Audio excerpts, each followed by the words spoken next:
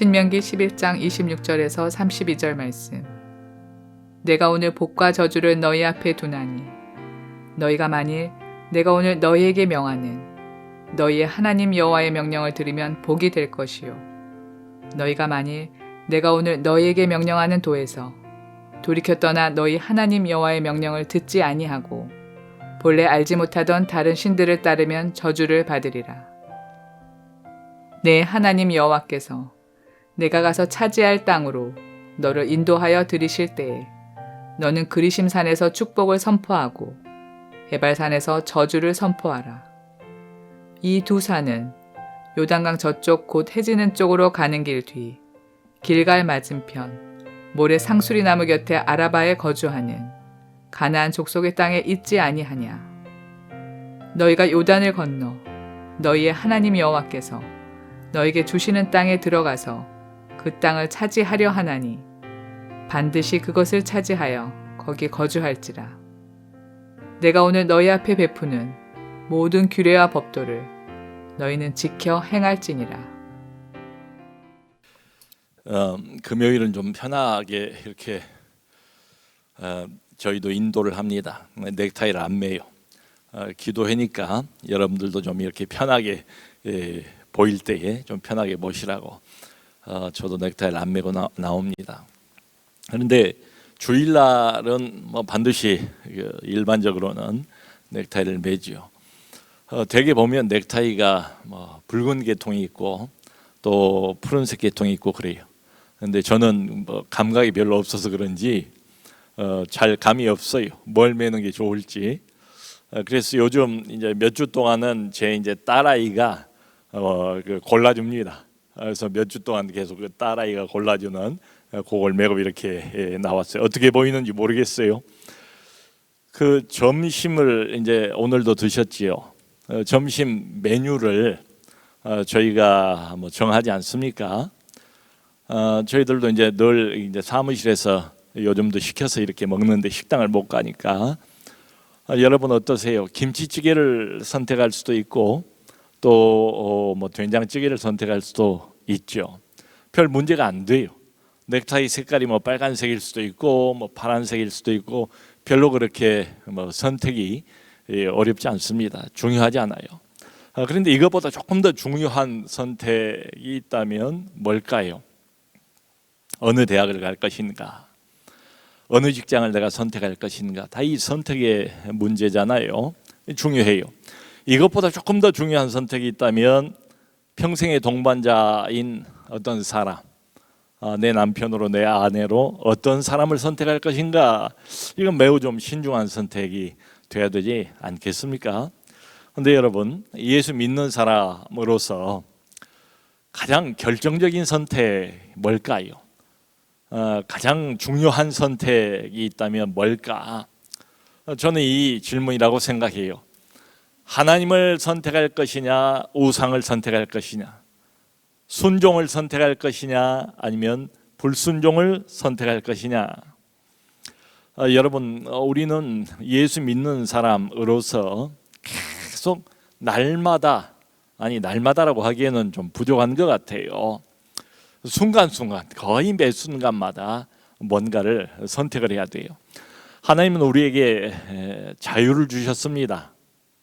억지로 믿게 하지 않았어요. 그건 하나님의 방식이 아니에요. 하나님은 우리 스스로 자원해서 생각하고 선택하고 결정하고 거기에 대해서 책임까지 지도록 그렇게 하셨어요. 그게 하나님의 방식입니다. 그런 말이 있지 않습니까? 말을 물가로 끌고 갈 수는 있지만 억지로 물을 마시게 할 수는 없다, 이런 말이 있는 것처럼 하나님께서 보면 우리를 인도하는 게 꼭 이와 비슷하지 않은가. 그러니까 믿을 수 있도록 모든 여건과 환경을 다 조성을 하세요. 내가 부족한 줄 아시고 또 잘 믿는 사람도 옆에 붙여주시기도 하고 교회 나올 수 있는 어떤 시간적인 여유를 주시기도 하고 그렇습니다. 그런데 거기까지예요. 은혜를 베푸시는데 최종적인 결정, 선택, 그것은 늘 스스로 하도록 그렇게 우리에게 맡겨두세요. 성도 여러분, 우리가 솔직히 이런 생각을 할 때가 종종 있지요. 하나님이 좀 결정을 대신해 주면 좋겠다. 하나님이 내 뜻은 이거야 라고 분명히 말씀을 해주시면 내가 기꺼이 얼마든지 희생하면서 따라갈 마음이 있다. 그러니까 차라리 하나님이 직접 골라주시면, 결정해 주시면, 선택해 주시면 나는 얼마든지 그것을 따라가겠다. 아주 가끔 그러신 때가 있어요. 하나님이 직접 말씀해 주신 때가 있어요. 그건 내가 알아요. 그런데 일반적으로는 여러분, 베드로나 바울이나 이렇게 신령한 사도들이라고 해도 날마다 그렇게 하나님과 직통하면서 하나님이 직접 계시를 받는 것처럼 말씀과 음성을 들으면서 그렇게 인도를 받았습니까? 전혀 그렇지 않지요. 대개는 일반적으로 어떻게 인도하십니까? 하나님께서 우리에게 말씀을 주셨고 그 말씀을 스스로 생각하고 말씀을 따라가도록 그렇게 인도를 하세요. 자, 말씀을 주셨다는 뜻이 뭘까요? 이 하나님의 말씀이라는 게 전혀 이해할 수 없는 무슨 외계의 문자로 기록되어 있는 게 아니잖아요. 당시 유대인들이 쓰고 있는 히브리어로 하나님께서 말씀을 새겨주시지 않습니까? 그러니까 우리가 이해할 수 있는 말씀, 우리의 머리로, 우리의 생각으로 이해해 볼 수 있는 이런 말씀, 생각해 볼 수 있는 이런 말씀, 그리고 스스로 판단하고 스스로 결정하고 그리고 스스로 선택해서 실천할 수 있는 이런 말씀을 우리에게 주셨다. 이건 대단히 큰 의미가 있어요. 하나님께서 우리 인생을 내버려 두신 게 아니잖아요. 하나님께서 우리 인생을 날마다 걸음걸음 이끌고 가시죠. 그런데 어떻게 인도해 가시는가? 하나님 말씀을 미리 주시고 이 말씀을 생각할 수 있게 하시고 그리고 그 말씀 따라서 상황을 판단할 수 있게 하시고 그리고 결정하게 하시고 선택하게 하시고 실천하게 하시고 이걸 하나님께서 우리에게 맡기셨습니다. 여러분, 아무래도 좀 연약한 사람들인 경우에 어린 아이도 그렇잖아요. 맡겨두면 일 제대로 합니까? 많이 넘어지지요. 많이 실수하지요. 시행착오도 있지요. 우리가 연약한 믿음이기 때문에 실수 있을 것을 아세요. 여러 번 바른 길 가지 못하고 시행착오를 하실 것도 하나님이 아실 거라고요. 그럼에도 불구하고 하나님이 우리가 스스로 생각하게 하시고 계속해서 시행착오를 겪어가면서 바른 판단으로 조금씩 더 발전하도록 내버려 두세요. 왜냐하면 이게 신앙 성장에서 꼭 필요한 과정이기 때문에 그렇습니다. 마귀는 이거하고 달라요. 마귀의 공통적인 특징은 뭔가 하면 굉장히 강압적이에요. 마귀는 굉장히 독재적입니다. 막 뭔가를 강압을 하는데 안 하고 있으면 불안하게 만들어요. 큰 자책감을 갖게 만들어요. 마귀의 속성이에요. 하나님은 그러신 법이 없어요. 시간이 오래 걸리더라도 성경에 나타난 모세 같은 경우만 해도 한 40년 긴 세월을 하나님께서 기다려 주시지 않습니까? 하나님의 인격적이세요. 이 과정들을 통과를 시키면서 스스로의 발걸음으로 자원하는 신앙으로 계속 발전할 수 있도록 우리를 그렇게 인도를 하십니다. 여러분, 우리 요즘 강남의 대학생들, 특별히 이 지역의 대학생들이 되게 교환 학생들을 많이 가더군요. 어디 해외에 가서 이제 교환 학생 한 1년 정도 해요.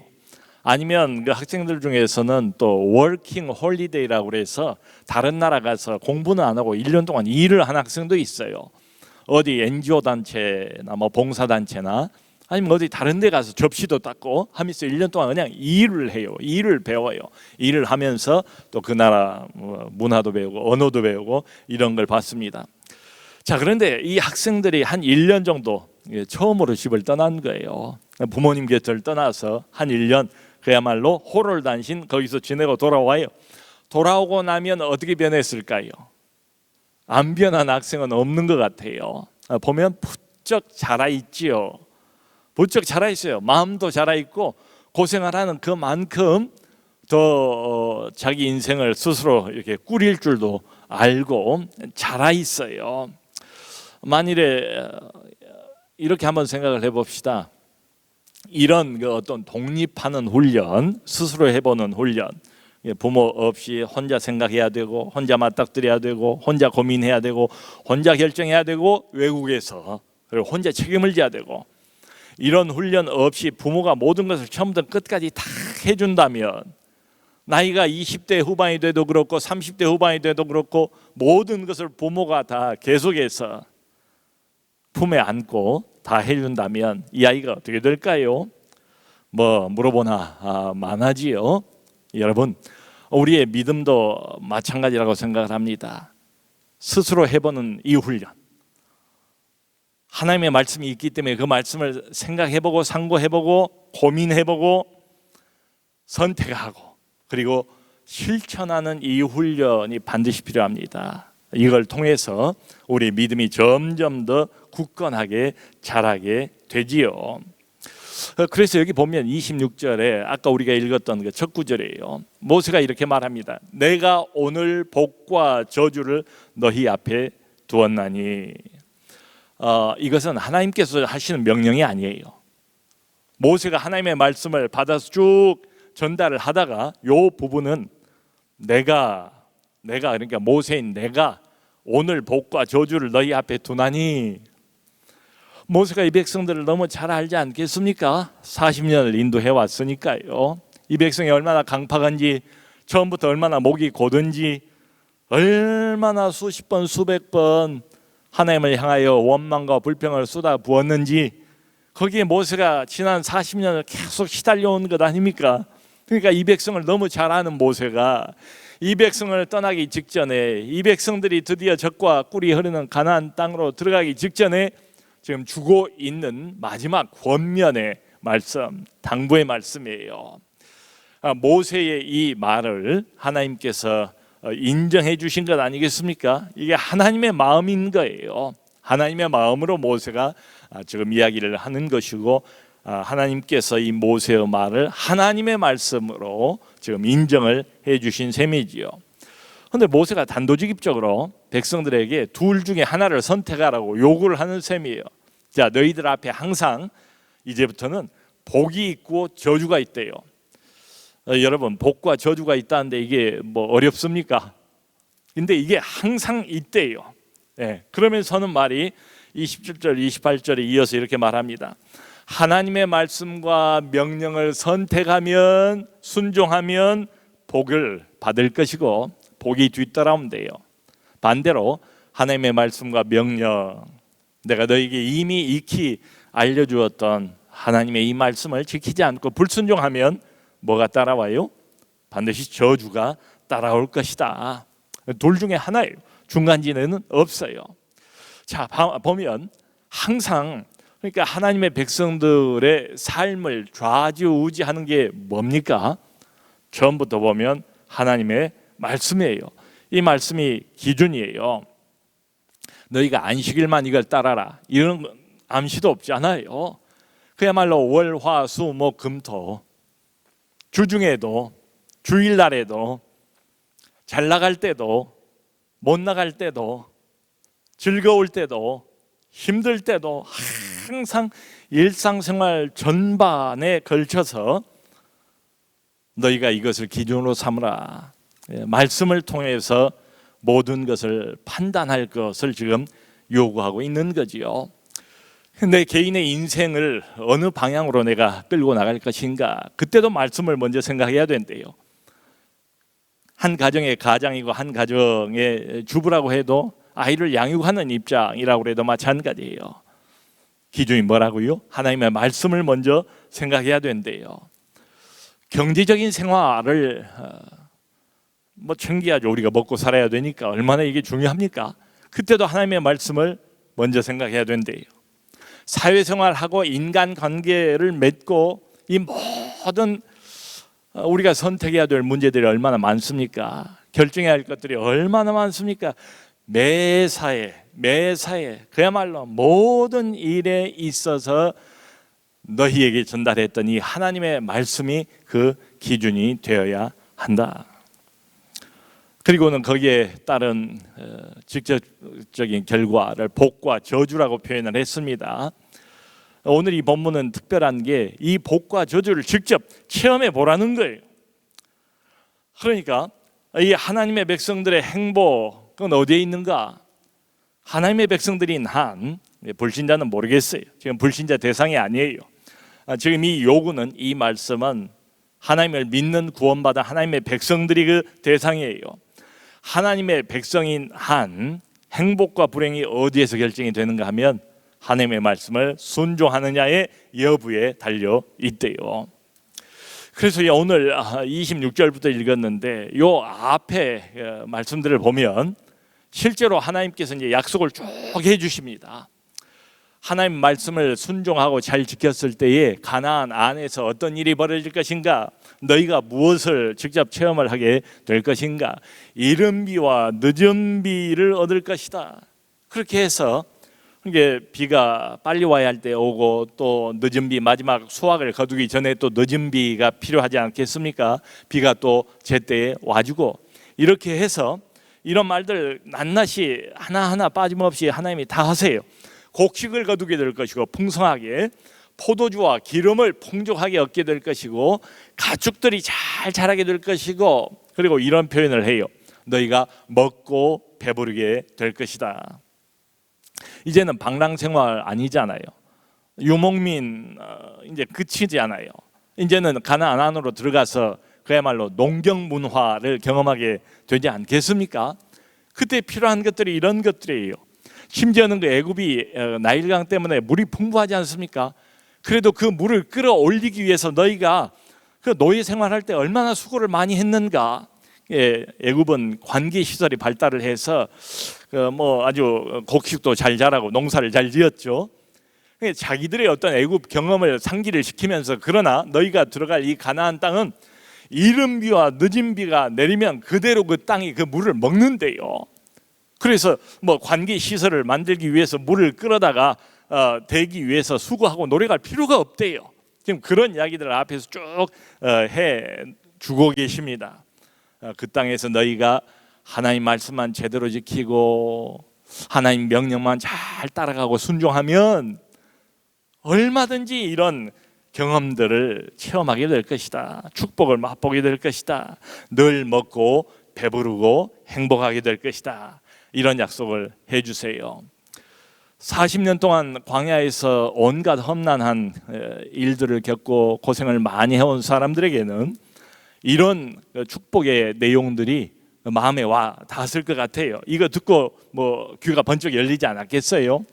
여러분, 지금은 어떨까요? 예수 그리스도를 통해서 구원을 받은 하나님의 백성들, 그리고 하나님의 자녀들, 저는 이런 질문을 한번 던져보고 싶어요. 우리 모두가 다 하나님의 자녀로서 특별한 하나님의 애정과 관심을 받고 있는 사람들이라면, 우리 안에 하나님의 영이 살아계셔서 우리를 계속해서 인도하고 계신다면, 하나님의 백성으로서의 진정한 행복, 만족, 감사, 기쁨, 이런 것들을 우리가 바라지 않습니까? 그게 언제 우리에게 옵니까? 언제 이것들을 체험할 수 있나요? 한마디로 말씀을 드리면 우리가 은혜를 체험할 때 아니겠습니까?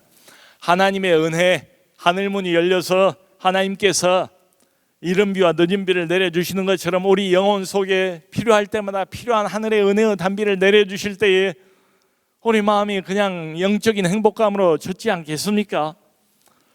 그러니까 은혜를 체험할 때 우리가 하나님의 이 축복을 받고 또 하나님의 임재를 저희가 누리고, 아까 성령 충만 인사도 했는데 성령으로 충만하게 되지 않겠습니까?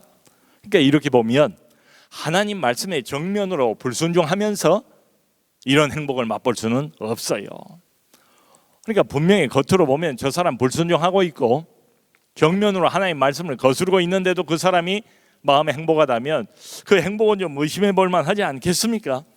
불순종하면서는 아까 그 말씀대로 한다면 저주가 기다리고 있을 뿐이고, 하나님 말씀에 순종하고 그 명령을 따르고 작은 순종이라도 하나님 앞에 보이고 그 순종을 위해서 스스로 생각하고 나를 말씀에 쳐서 복종시키고 그리고 실천해보고, 이럴 때에 우리에게 복이 주어지고 하나님이 약속하신 행복을 실제로 체험할 수 있게 되는 것이지요. 이 원리는 오늘날 우리에게도 동일하지 않겠습니까? 예를 들면 이런 것입니다. 살다 보면 내게 좀 부담스러운 사람들이 있잖아요. 그 사람을 좀 피하고 싶어요. 안 보고 싶어요. 근데 예수 믿는 사람이에요. 내가 이를테면 하나님 말씀을 떠올렸어요. 하나님이 나를, 못난 나를, 연약한 나를 품으신 것처럼 나도 다른 사람을 품고 용서하라, 사랑하라. 나 하나님 말씀을 기억했어요. 그리고 기도했어요. 그렇게 할 수 있도록 도와달라고.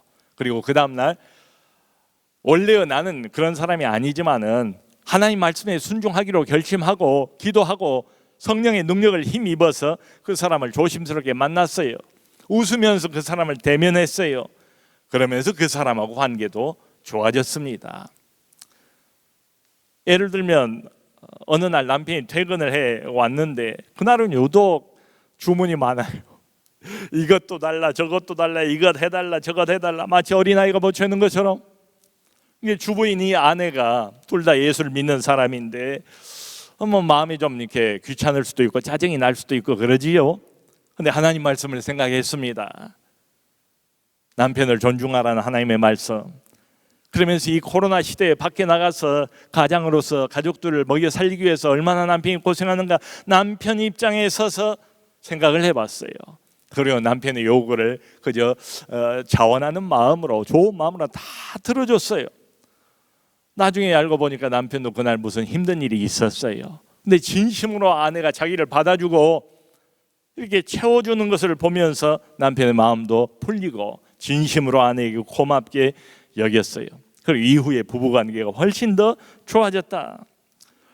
우리 청소년들이 사춘기고 부모 말씀 잘 안 듣는 경우들이 많지요.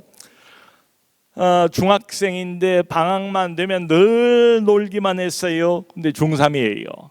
부모님께서 야, 중3이고 이제 고1로 올라가는 때다. 이때가 중요하다. 이 겨울방학이 매우 중요하다고 하더라. 부모님의 조언을 이 아이가 그래도 어린 마음이지만은 부모님에게 순종하라 하는 말씀을 기억했어요. 부모님의 그 조언을 받아들였어요. 그리고 새해에 결심을 했답니다. 컴퓨터 게임을 줄이고 숙제를 먼저 하고 마치 학교를 다니는 것처럼 날마다 시간표를 짜가지고 숙제하는 것, 또 자기가 부족한 과목들을 보충하는 것을 날마다 열심히 지켜나갔습니다. 그리고 방학 후에 모의고사를 봤는데 그 모의고사에서 성적이 부쩍 올랐어요. 공부에 별로 자신이 없었는데 자신감까지 가지게 되지요. 여러분, 그 사무엘 선지자가 불순종의 대명사인 사울 왕에게 그런 그 유명한 말을 하잖아요. 사울 왕이 하나님의 이름을 들먹이면서 자기 하고 싶은 대로 했을 때에 했던 유명한 말이 있지 않습니까? 순종이 제사보다 낫고 듣는 것이, 하나님 말씀 듣는 것이 수양의 기름보다 낫습니다. 참 이 말씀을 생각해 보면 하나님 말씀을 생활화하는 것이 얼마나 중요한가. 순종이 수양의 기름보다 낫대요.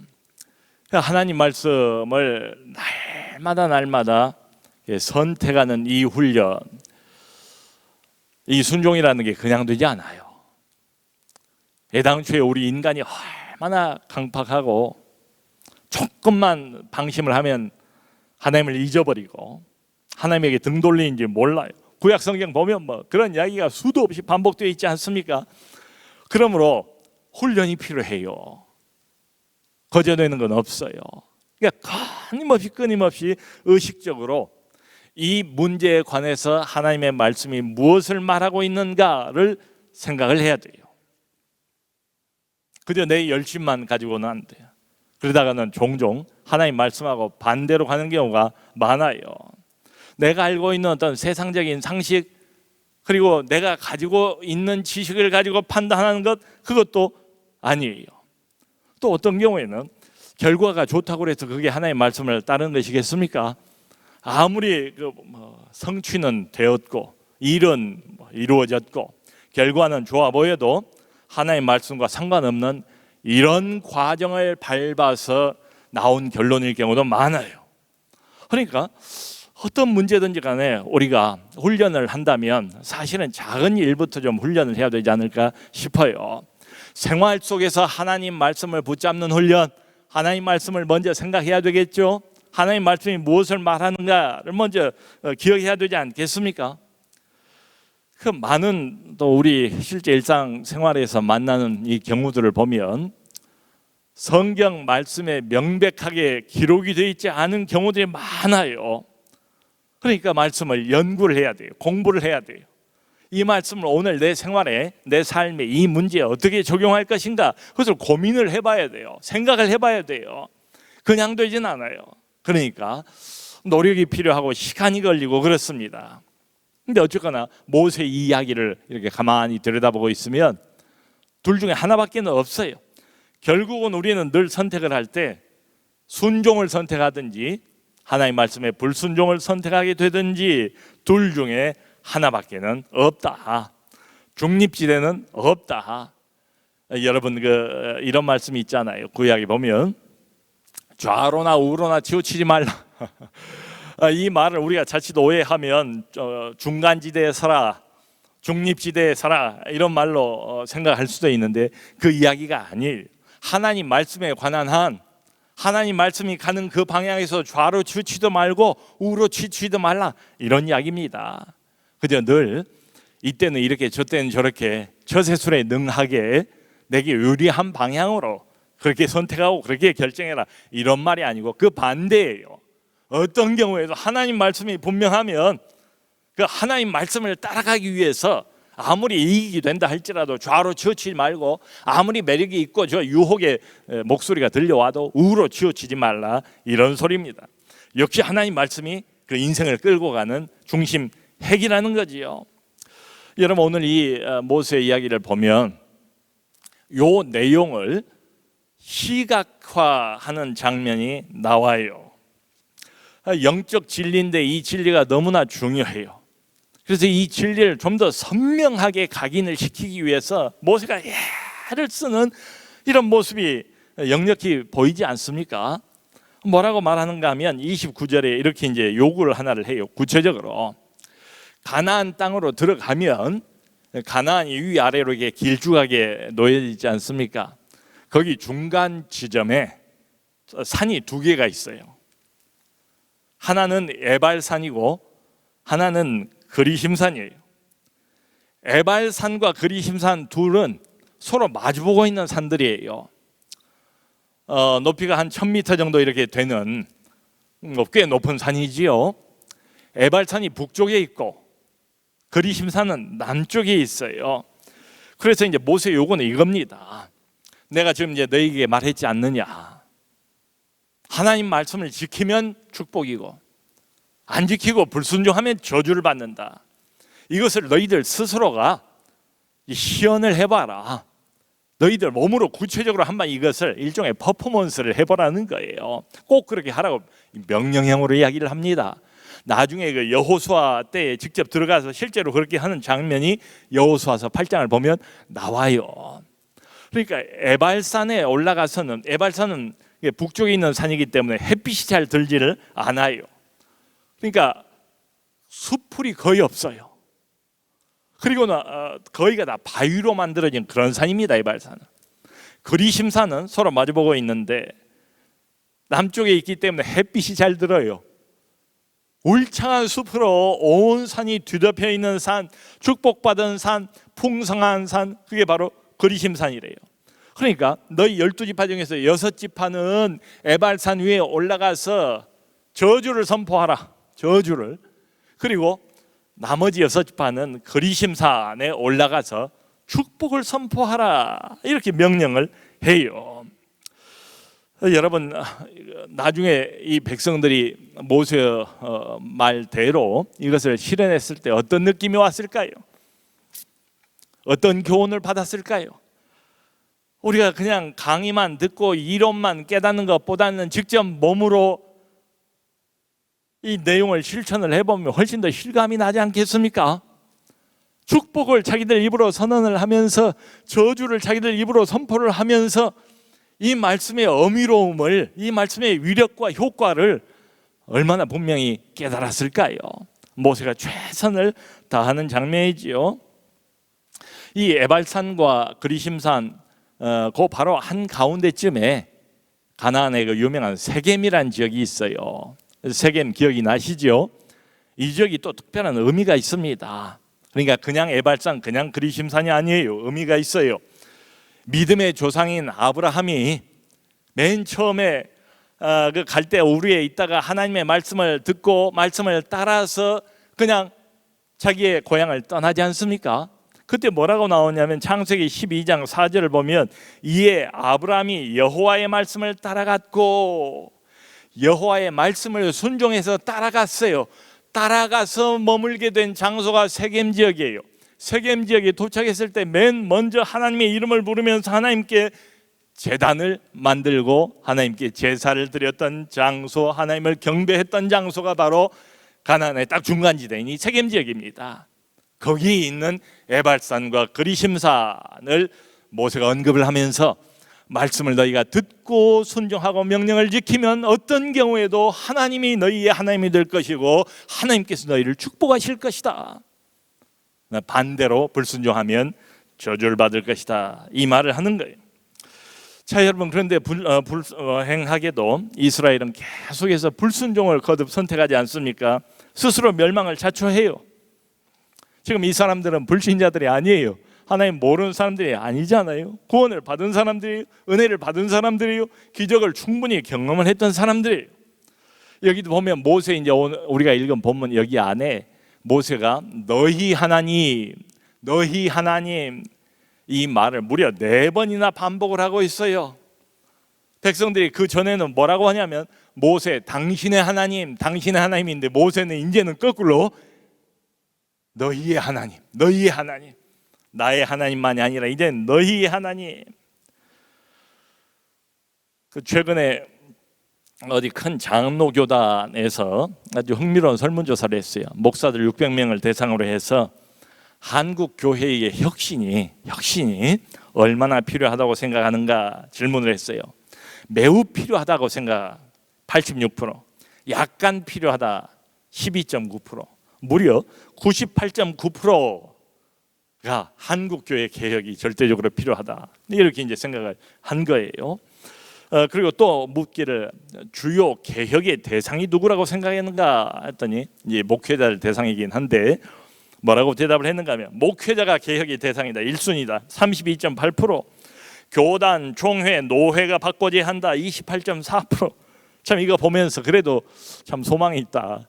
목회자들 스스로가 자기 자신을 개혁의 대상으로 생각한다니까 희망이 있지 않습니까? 언제든지 영적인 리더들이 문제잖아요. 성경을 보면 구약을 봐도 그렇고 신약을 봐도 그렇고 늘 제사장들이 문제고 레위인들이 문제고 바리새인들이 문제고 그렇지 않습니까? 그런데 이제 흥미로운 것은 이제 이걸 제가 말씀드리고 싶어서 이거 인용을 했어요. 이 사람들에게 그러면 당신들이 생각할 때 가장 중요한 혁신적인 과제가 뭐라고 보는가 했더니 1번이 개인의 경건생활, 2번이 생활신앙을 교육하는 거예요. 생활신앙을 교육하는 것. 사랑하는 성도 여러분, 결국은 우리가 여기서 막혔던 것 같아요. 여기서 발전이 없었던 것 같아요. 여기에서 좀 물꼬가 열려야 할 것 같아요. 생활신앙, 생활 속에서 하나님의 말씀을 선택하는 이 훈련, 이게 필요하지 않은가? 지금 하나님은 늘 우리 앞에 복과 저주를, 행복과 불행을 하나님의 백성으로서, 그러니까 다른 사람들이 보는 눈하고는 다른 거예요. 우리 앞에 두었대요. 선택의 문제래요. 하나님은 우리를 오늘날도 로봇으로 취급하기를 원치 않으세요. 자유의지를 주셨어요. 자발적인 순종을 원하십니다. 그러니까 항상 여기에는 불순종을 선택할 가능성이 다분히 있지요. 그러므로 우리에게 필요한 건 뭔가 선택하는 훈련입니다. 여러분, 한꺼번에는 안 되지 않겠습니까? 갑자기 큰 결정과 무슨 희생과 이런 건 어려울 거예요. 근데 내가 해볼 수 있는 것 있잖아요. 작은 선택, 한 번의 선택, 이게 중요하지 않는가? 그래서 저는 그런 생각을 잠깐 해봤습니다. 111 운동 이런 거라도 해야 되지 않을까? 하루에 한 번씩만 순종하기로 하고 하루에 그 한 번 하나님이 주시는 여기 약속이니까 그 복을 스스로 경험해보고 체험해보는 111 운동이라도 벌려 하지 않을까. 작은 선택이 중요하고 한 번의 선택이 중요합니다. 그러니까 무엇을 선택하기 전에 한 번만 물어봅시다. 하나님이 여기에 대해서 무엇을 말씀하실까? 오늘 점심 메뉴를 뭘 먹을 것인가? 그건 상관없어요. 먹고 싶은 대로 먹으면 돼요. 땡기는 대로 먹으면 됩니다. 그런데 도덕적인 문제, 좀 더 중요한 문제에 대해서는 늘 있잖아요. 한 번만 물어보자. 하나님이 무엇을 말씀하실까? 이 선택 훈련을 계속하시면서 진정한 복을 날마다 체험하시고 그 복을 누리시는 우리 모두가 될 수 있기를 주님의 이름으로 축원합니다.